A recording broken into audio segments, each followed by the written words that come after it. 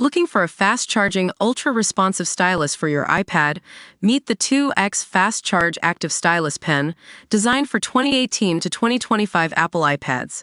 Take your creativity and productivity to the next level.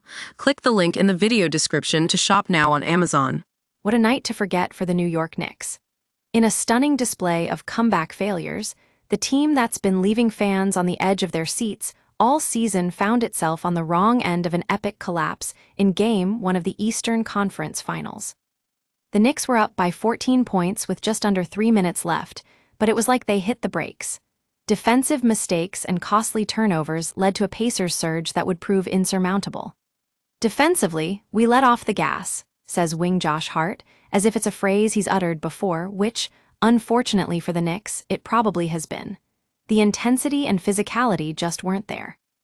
You'd think that after trailing by double digits in their series against the Boston Celtics, the Knicks would have learned to close out games. But not this time. "There's a lot of things we did good," says center Karl-Anthony Towns, trying to put a positive spin on it, but for a team that needed just 2 stops to win the game, those positives aren't quite enough. The Pacers, meanwhile, were riding high. Aaron Nesmith caught fire, hitting 5 3-pointers in a row and finishing with 30 points. "He got too much airspace," says coach Tom Thibodeau, though one has to wonder if that's just code for the Knicks' inability to contest those shots. In overtime, things only got worse. A flubbed foul attempt led to an easy dunk by Obi Toppin, and from there, it was all Indiana. Down 136-135 with 20 seconds left, the Knicks seemed to want to foul, but instead of securing a stop, they ended up handing the ball back to Nesmith and his teammates. It's hard not to wonder what might have been if that final minute had gone differently for New York.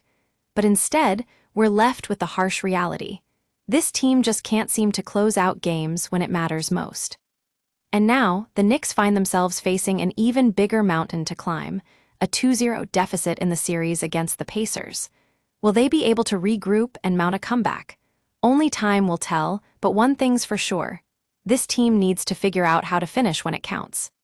The question on everyone's mind is, what's next for Jalen Brunson and the Knicks? Can they bounce back from this tough loss, or will they find themselves with an even worse feeling like a 2-0 deficit in the series? That's a story we'll be keeping an eye on.